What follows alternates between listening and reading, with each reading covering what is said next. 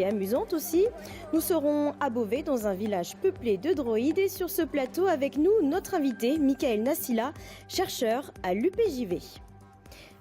Promouvoir les sciences auprès du grand public, c'est jusqu'à demain avec la fête de la science. À l'UT de Beauvais, un village a été installé, on y teste toutes sortes d'expériences, le feu, le vent et aujourd'hui, il y avait même un petit air de science-fiction. Aaron Tanzit et Najib Ben Ghezala.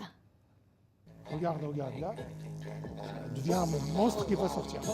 Attention les yeux, voici la poudre monstre. Placée sur des enceintes à 60 Hz, le liquide devient solide. L'École supérieure de chimie organique et minérale de Compiègne ouvre ses portes aux apprentis chimistes. Notre but, c'est de présenter, d'expliquer les choses de manière très très simple pour que, voilà, qu'ils soient un peu plus passionnés par la science. C'est marrant, c'est juste de l'eau et de la maïzena. Tu vas la refaire à la maison? Je pense pas. Pourquoi? J'aurais pas le droit.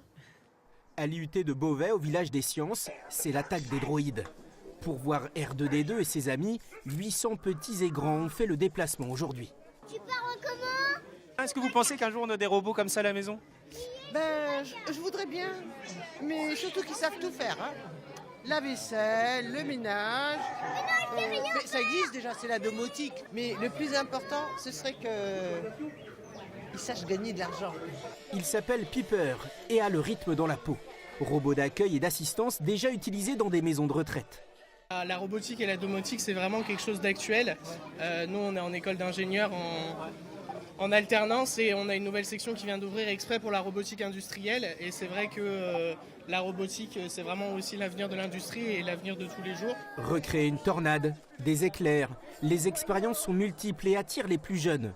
Étrange paradoxe, à l'heure où les filières scientifiques, après le baccalauréat, sont délaissées. Pour expliquer les phénomènes scientifiques, il faut faire des travaux pratiques. Les travaux pratiques, ça coûte de l'argent, ça nécessite une formation particulière, donc c'est plus pratique de le faire au tableau. Moyennant quoi, on forme encore de très très bons scientifiques en France, mais peut-être moins qu'il ne faudrait.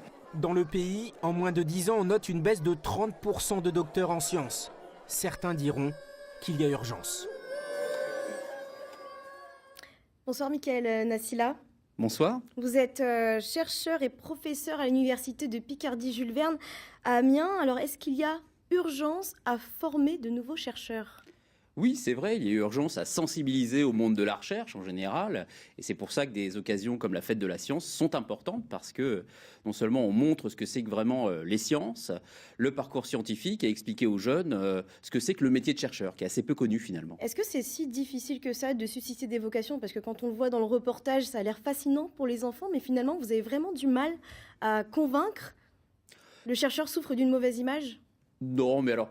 Tout le monde est curieux vis-à-vis des sciences, tout le monde a besoin de savoir, trouver des explications. Et c'est vrai que les sciences sont un domaine fantastique où on va tout expliquer. Ça va de la biologie à la médecine, aux sciences pures et dures.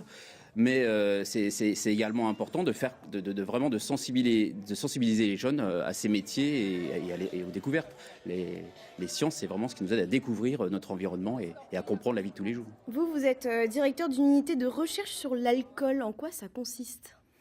Alors nous, c'est une recherche en santé. On essaye de comprendre les mécanismes qui mènent à l'addiction et aussi à certaines maladies. On essaye de comprendre pourquoi certains individus sont vulnérables aux drogues et pas d'autres. Alors justement, dans ce domaine-là, est-ce que pour vous, c'est essentiel de communiquer? Est-ce que vous ouvrez votre laboratoire en dehors de la Fête de la Science? Alors c'est vrai que c'est très important d'expliquer justement, et par la réalisation d'expériences, donc on reçoit dans mon unité de recherche des élèves de collège et de lycée qui viennent réaliser des expériences et on explique comme ça les effets des substances sur le cerveau et on en profite également pour faire un petit peu de prévention, pour mieux expliquer le danger du mésusage des drogues. Vous vous rendez compte que le grand public est curieux sur ce genre de sujet? Oui, ça passionne? Tout à fait. C'est un enjeu de santé publique important et c'est encore on a de la chance aussi dans ce domaine-là particulièrement puisque on a d'autant plus de facilité, nous, à interagir avec le grand public, à mieux expliquer et à lutter en ce moment contre un phénomène qui est celui des fake news. Il y a beaucoup de mauvaises désinformations qui circulent et c'est important de remettre le chercheur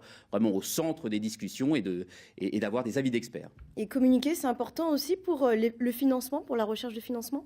Tout à fait. Alors non seulement pour la recherche, mais pour valoriser nos activités. Ce qu'on fait dans le laboratoire, c'est bien, mais on est vraiment aussi évalué pour ça. Actuellement, on doit transmettre l'évolution des connaissances au grand public et pas simplement dans les congrès scientifiques. Merci beaucoup, Michael Nassila, d'avoir accepté notre invitation sur ce plateau ce soir. Merci.